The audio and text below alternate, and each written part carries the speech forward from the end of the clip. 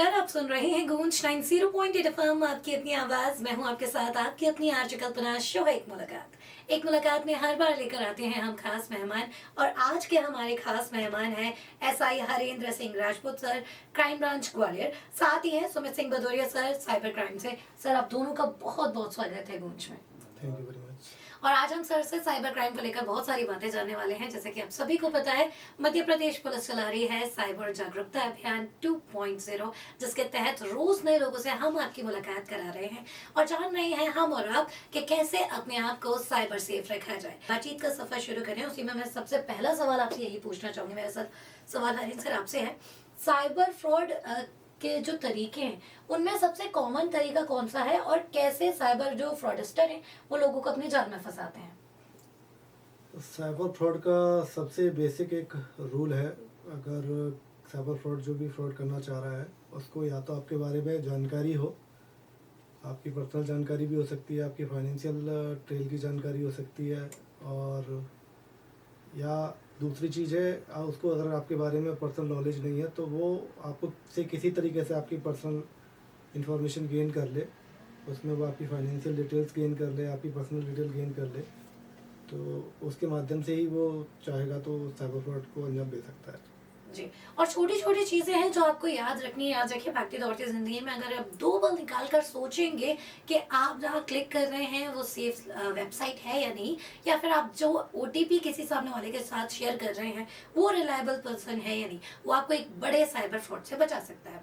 अगला सवाल सर मेरा आपसे है, डिलीवरी फ्रॉड की बात करूं, बहुत सारे लोग हैं जो उसका शिकार होते हैं क्योंकि ऑनलाइन शॉपिंग हाँ आजकल हर कोई कर रहा है। ऐसे में कैसे डिलीवरी फ्रॉड से बचा जा सकता है?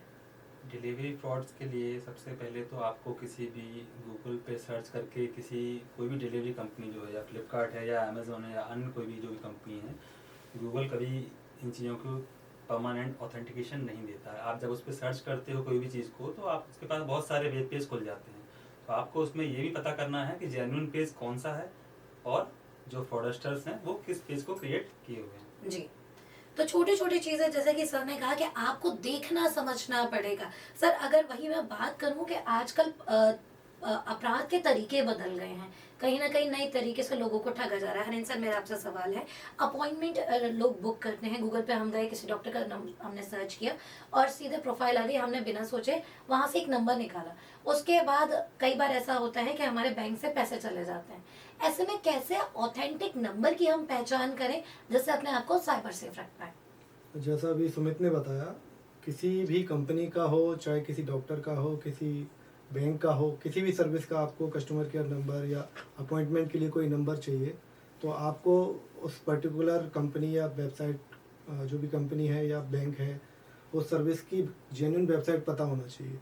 आप उस जेन्युइन वेबसाइट को विजिट करिए, वहाँ पे आपको उनके कॉन्टैक्ट नंबर मिलेंगे। वहाँ से आपको जो भी अपॉइंटमेंट लेना है या अपनी कोई कंप्लेंट रेज करना है तो उसके संबंध में आप वहाँ केवल उन्हीं नंबरों पे आप कांटेक्ट करिए। गूगल पर अमूमन साइबर फ्रॉड करने वाले लोग अपने नंबर डाल के रखते हैं। जैसे ही आप सर्च करोगे, सपोज फ़ोनपे का कस्टमर केयर नंबर सर्च करना है आपको, आपने PhonePe customer care number search किया तो वो कई सारे नंबर आपको आपके जो नॉर्मल फ़ोन नंबर है उस तरीके से मिल जाएंगे। आप जैसे ही उस पर कॉल करते हैं तो वो वहाँ से आपकी जानकारी पूरी ले लेंगे और आपके फ़ोन में हो सकता है कोई मेलवेयर इंस्टॉल कराएंगे, रजिस्ट्रेशन या आपकी समस्या का समाधान करने के नाम पे, और अल्टीमेटली वो आपके फ़ोन से आपके ओटीपीज रीड करके आपके बैंक अकाउंट से पैसे और आपका जो पर्सनल इन्फॉर्मेशन है वो चुरा सकते हैं। जी।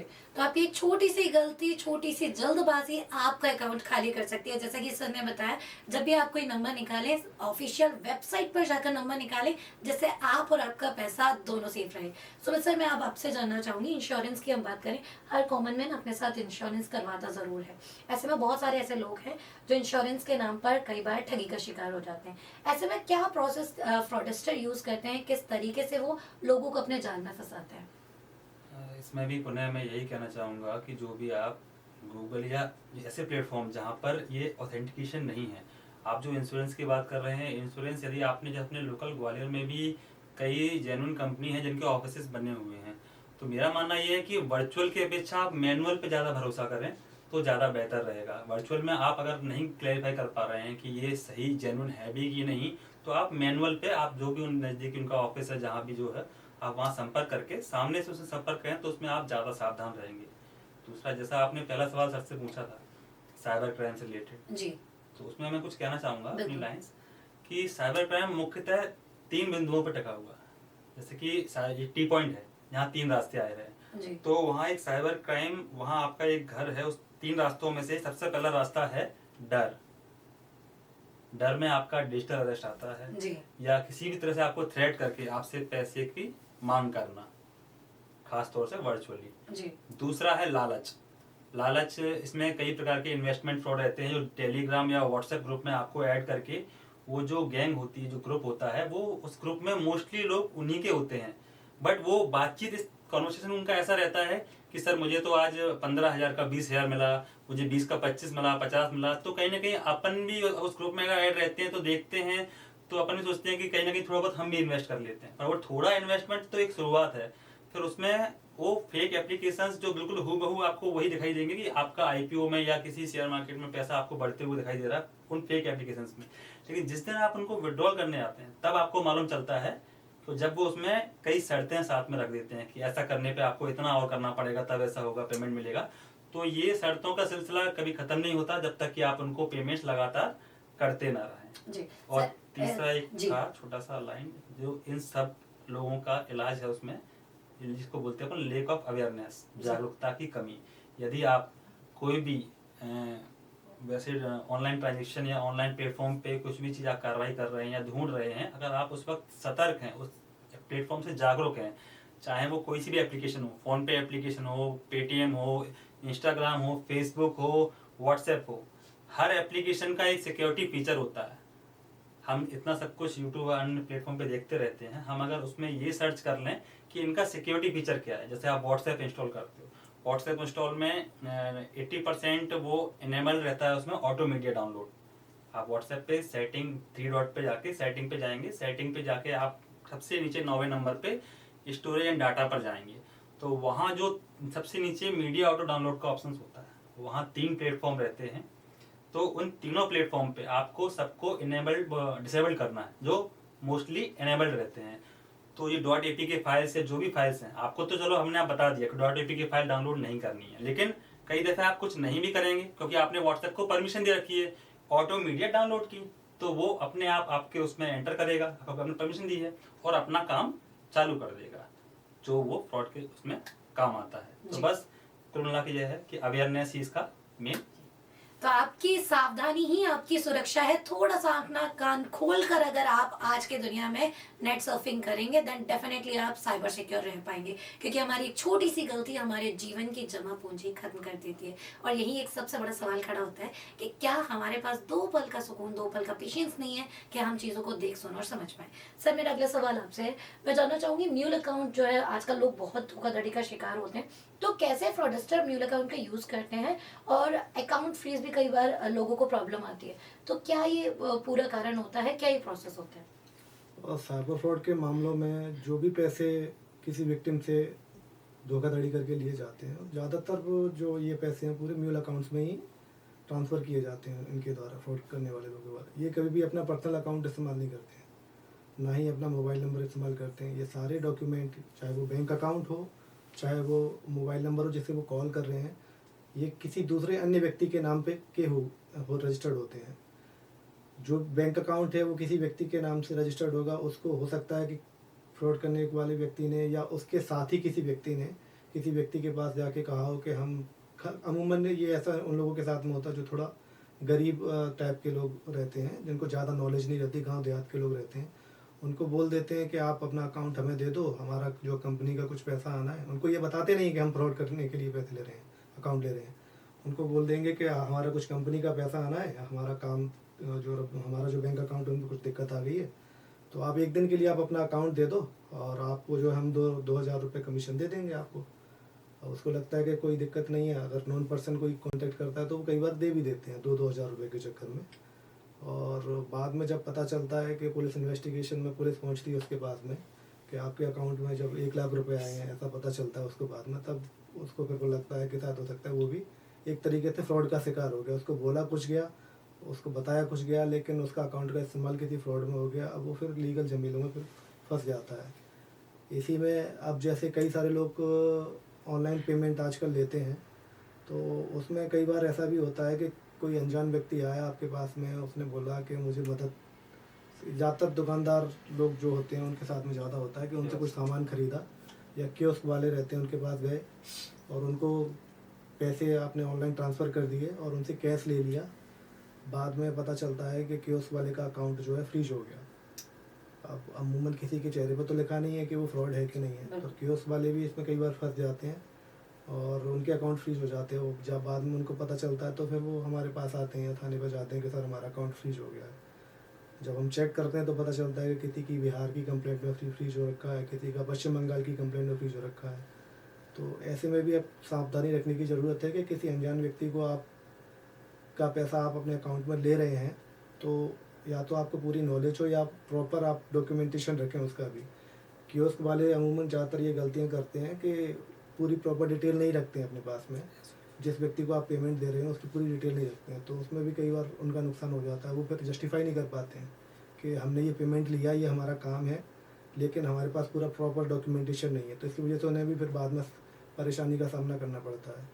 ऐसे ही कई सारे इंडिविजुअल लोग भी अपने अकाउंट में पैसे ले लेते हैं, तो कई बार फ्रॉड का पैसा अगर आ गया तो उनके भी अकाउंट फ्रीज होने के पूरे चांसेस रहते हैं। कई बार लोग आते भी हमारे पास।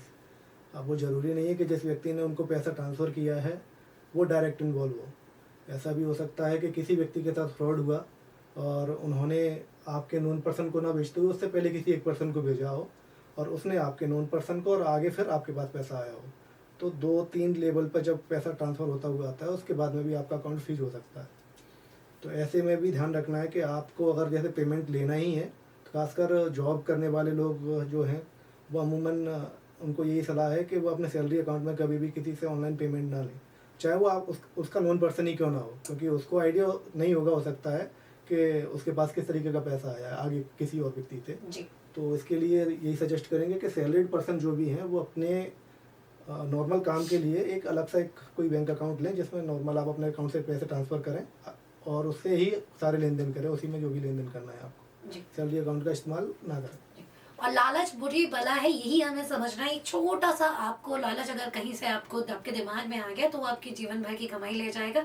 और ये छोटी छोटी चीज़ें जो मध्य प्रदेश पुलिस लगातार हम तक आप तक पहुंचाने की कोशिश कर रही है, उसका सार यही है कि कुछ भी पेमेंट करने से पहले, लेन देन से पहले 2 पल रुकिए, सोचिए, विचारिए, उसके बाद कोई ट्रांजेक्शन कीजिए। साथ ही अगर आप किसी तरीके के साइबर फ्रॉड में फंसते हैं तो पुलिस पर कंप्लेंट जरूर कीजिए। सर, मेरा सवाल अगर आपसे है कि अगर कोई साइबर फ्रॉड में फंस जाए तो उसको सबसे पहला एक्शन जो है वो क्या लेना चाहिए? यदि किसी के संग साइबर फ्रॉड होता है तो सबसे पहले उसको, जैसे ऑनलाइन कोई फ्रॉड हो रहा है तो सबसे पहले तो आप, जैसे मान लो आपके संग फाइनेंशियल फ्रॉड हुआ तो सबसे पहले तो आप अपने इंटरनेट को क्लोज करो। पता नहीं कौन सा मालवेयर फाइल या क्या चीज़ आपके पास ऐसी आई है जो आगे भी प्रोसेस करती रहे। जी। सेकेंडली, आपको सबसे पहले गुड आवर्स में जितनी जल्दी हो सके 1930, क्या नंबर है? 1930। ये हमें याद रखना है, ये नंबर नहीं, ये संजीवनी है। यदि घटना घटित हो जाती है तो अगर ये नंबर पर किसी कारणवश कॉल नहीं लग रहा है तो आपको www.cybercrime.gov.in पर जाकर ऑनलाइन कंप्लेंट करना है। जितनी जल्दी कंप्लेंट करेंगे उतने ज़्यादा सारे अकाउंट्स को अमाउंट ब्लॉक करने में सहायता रहती है। जी। और साइबर पुलिस लगातार आपको सतर्क कर रही है। थोड़ा सा समझना आपको भी है, क्योंकि जिम्मेदारी हमारी उतनी ही है जितनी पुलिस की, क्योंकि अपराध से पहले सतर्कता अगर आप रखेंगे देन डेफिनेटली अपने आप को सेफ रख पाएंगे। Thank you so much sir, आज हमने आपसे बहुत सारी बातें की। जाते जाते ग्वालियर को क्या कहना चाहेंगे? यही कहेंगे कि साइबर फ्रॉड से अगर बचना है तो जागरूकता ही एक सबसे बड़ा उपाय है उसका। तो जितने भी नए नए तरीके के साइबर फ्रॉड ईजाद कर रहे हैं फ्रॉड करने वाले लोग, उनसे अवेयर बने रहें।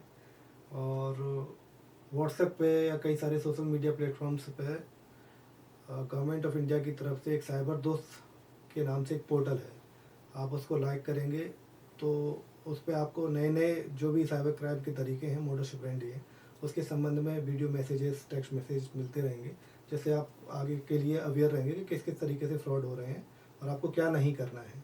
जी, तो बहुत सारी बातें सर हमने आपसे की। सुमित सर, जाते जाते ग्वालियर को क्या कहना चाहेंगे?